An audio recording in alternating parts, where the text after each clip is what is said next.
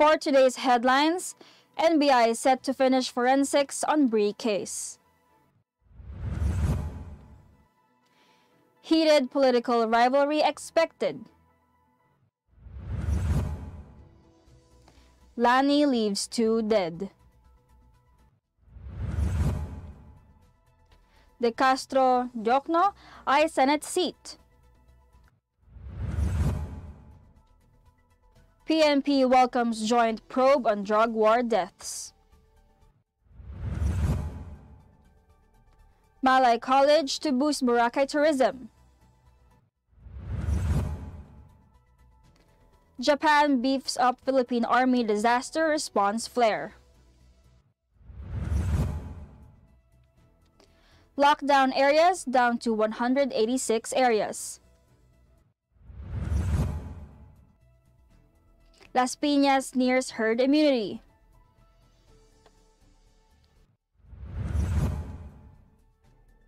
Good morning, I am Venice Bautista and this is Tribune News on Q. Today is October 8, 2021 and these are the latest news this Friday morning. The National Bureau of Investigation is expecting to come up with the results of its forensic and histopathological examination they conducted to virtual artist Bree this week. According to NBI Deputy Director and spokesperson Ferdinand Lavin, they are in the process of finishing with the laboratory examinations on the submitted or collected pieces of evidence at the scene of the crime. Earlier, Department of Justice Secretary Menardo Guevara said that the NBI is conducting forensic and histopathological examinations on tissue samples taken from the remains of Johnson, who died in a beach resort in La Union. The Justice Chief said the examinations are being done to ensure that all bases are covered before releasing its findings.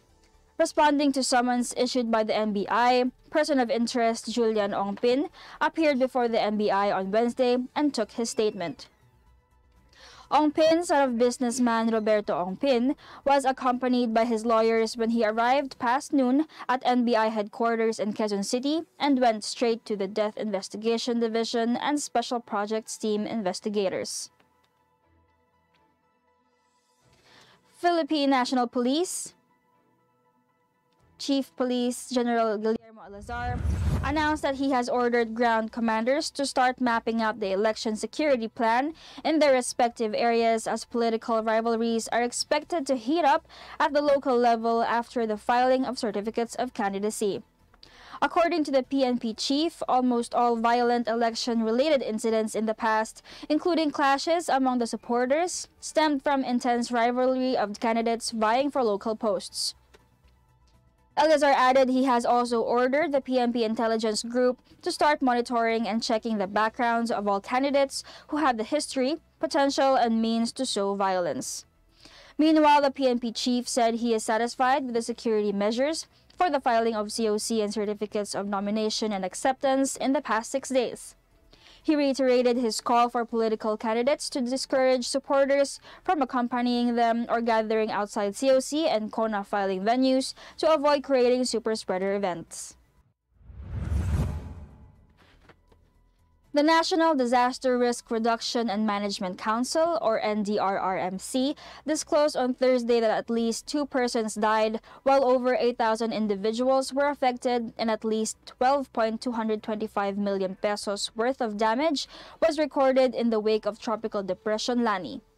In its report, the NDRRMC said the fatalities were a 39-year-old male from Balasan, Iloilo, who drowned after being swept away by a swollen river, and a 64-year-old resident of Dumalag, Capiz, who also drowned. Lannie affected at least 1,701 families or 8,048 persons in Palawan, Capiz, Guimaras, and Iloilo. According to the council, some 12.225 million pesos worth of damage to rice has been recorded so far in Iloilo because of the weather disturbance. Tribune News on Q will be back. Stay with us. Where am I? Welcome, Dante. Let me show you around. The Daily Tribune special coverage.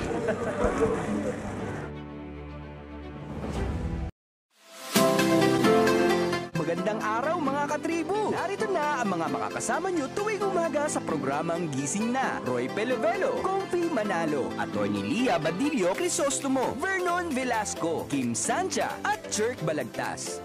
Abangan ang programang Gising Na mula alas 8 hanggang alas 9 ng umaga sa Facebook page ng Daily Tribune. Ilabas na ang mainit na kape at samahan kami sa inyong pag-almusal, mga katribo. Sama-sama natin alamin ang mga natatagong istorya sa mga latest na kaganapan sa loob at labas ng bansa. Simulan natin ang bawat umaga with good vibes sa mga informative and recreational segments ng aming programa. Maaari niyo rin ibahagi sa amin ang inyong opinion via Daily Tribune Facebook page at TribuneNow sa YouTube. Makichika na rin sa latest showbiz happenings, mga katribo. Kaya naman, magkita-kita po tayo mula Lunes hanggang Biyernes, alas 8 hanggang alas 9 ng umaga at magsama-sama po tayo sa Gising Na!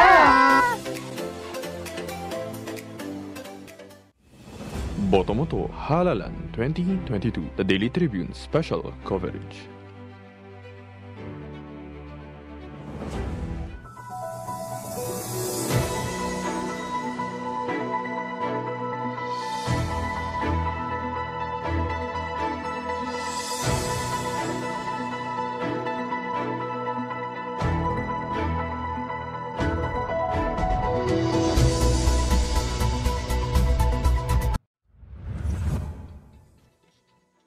We're back on Tribune News on Q.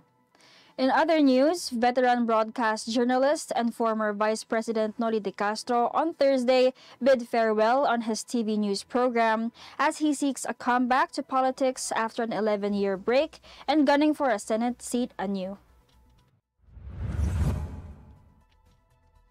De Castro said that his public service will continue and will be more extensive if he becomes elected. But while he is seeking a senatorial post, De Castro said that he is saddened leaving ABS-CBN still without having a legislative franchise from the Congress. He is set to run under Acción Democrático of Manila Mayor Francisco Isko Moreno Domagoso, who is running for president in next year's election. De Castro first ran in 2001 as an independent candidate and topped the senatorial race with 16.1 million votes. In 2004, he won the vice presidency as running mate of then-President Gloria Macapagal Arroyo and became part of the cabinet leading the Housing and Urban Development Coordinating Council. Meantime, human rights lawyer Jose Manuel Chel Diokno on Thursday filed his certificate of candidacy for another bid for the senatorial race in 2022, running under a new party, Katipunan ng Nagkakaisang Pilipino, and he took oath under KNP before filing his COC. Diokno said he will make justice reforms if he gets elected and promised to strengthen alternatives to court proceedings, arbitration, mediation, and even the barangay justice system. Diokno made his first try to run for a Senate seat in 2019 under Ocho Derecho but failed to secure a seat, finishing in the 21st spot. Philippine National Police Chief Police General Guillermo Eleazar on Thursday announced that it welcomes the Department of Justice's initiative to draft a memorandum of agreement for conducting a joint investigation into deaths recorded in the government's campaign against illegal drugs. Eleazar said that the agreement would help in the swift and accurate resolution of cases and other factors that may be included in the investigation on the Duterte administration's war on drugs.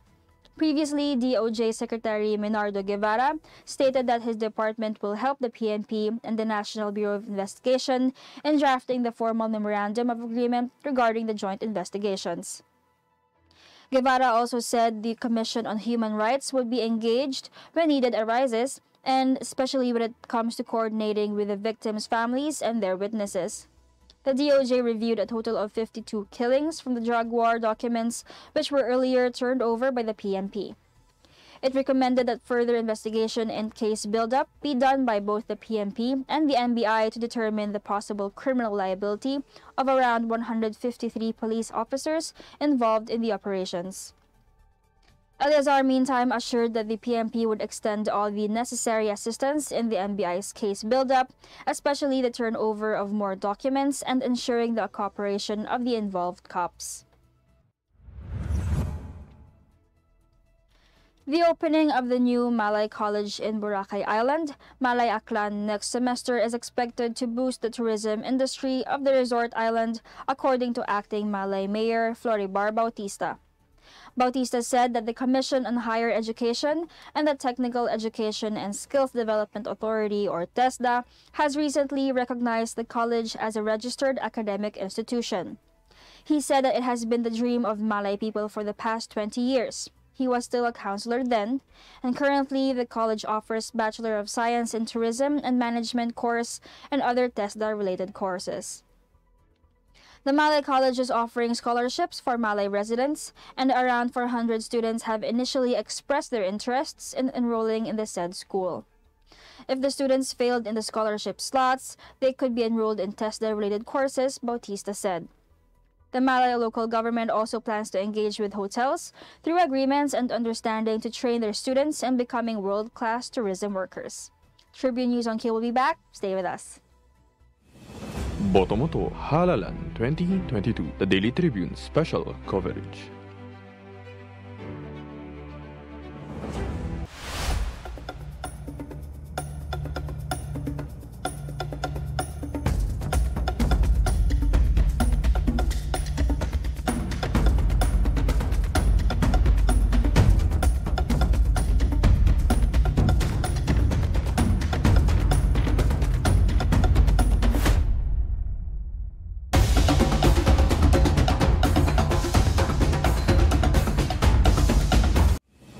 Botomoto Halalan 2022, the Daily Tribune special coverage.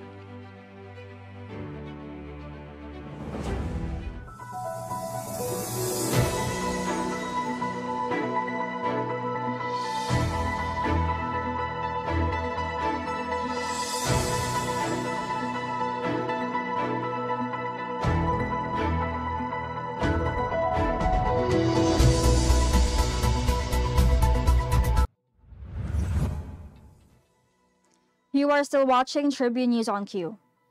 Department of National Defense Secretary Delfin Lorenzana on Wednesday night expressed gratitude to the Japanese government for its donation of Humanitarian Assistance Disaster Relief, or HADR, equipment to the Philippine Army. The equipment cost around 46 million pesos, Lorenzana said. He reported via Facebook that he was privileged to receive HADR equipment from Ambassador Kazuhiko Koshikawa of Japan. Lorenzana said the donation consists of 4 container vans of HADR equipment, which were turned over to the Philippine Army headquarters in Fort Bonifacio. The Philippine Army's 51st Engineering Brigade, based in Camp General Rigoberto J. Atienza in Quezon City, will use the equipment. They comprise of boats, digging, prying, and various other rescue equipment to be given to the Army's 51st Engineering Brigade, the unit primarily tasked as the Standby Disaster Response Unit Metro Manila and neighboring areas, the DND chief said. The Philippine National Police has placed 186 areas in the National Capital Region, middle of this week due to the high concentration of COVID-19 cases in 122 barangays. Local government units have identified these areas where COVID-19 cases are rampant, the PNP Public Information Office said. Aside from 687 PNP personnel, 701 force multipliers were also deployed to ensure security and adherence to minimum health standards by the residents of 133 houses, 19 residential buildings, 15 streets, 14 subdivisions or villages, and a settlement in Metro Manila.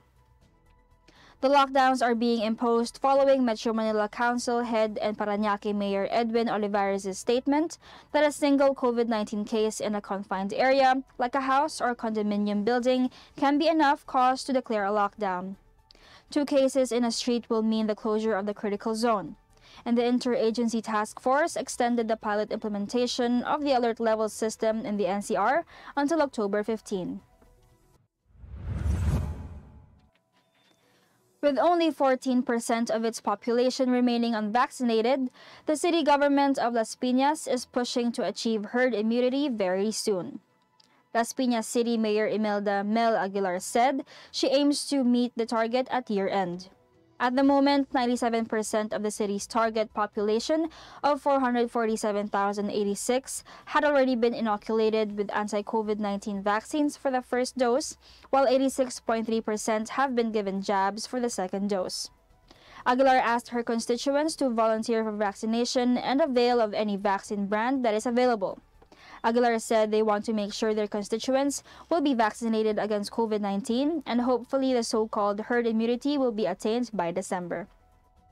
And that wraps up the stories this morning. Before we go, we would like to thank the SM Store, Arala Center, Department of Tourism, MG Motors, Hina Motors, Security Bank, and Overseas Community Affairs Council member Alan Lin of Republic of China for their continued support. Again, this is Venice Bautista, and you are watching Tribune News on Cue. Stay safe, stay healthy, and stay at home. Good morning.